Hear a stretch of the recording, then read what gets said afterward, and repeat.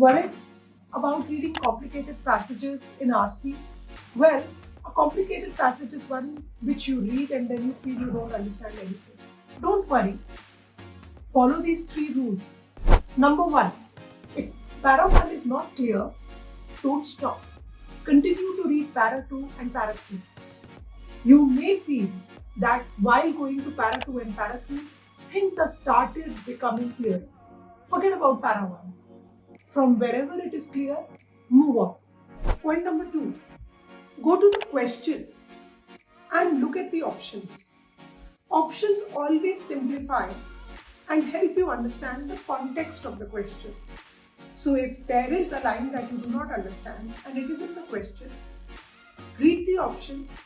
Options will give you perspective and that will help you mark the correct answer, which takes me to point number 3.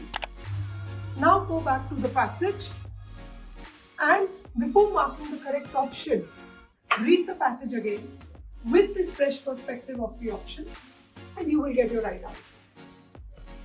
And you will be surprised. The passage in para 1 which you were not able to follow, now it becomes clear. Noida, magic.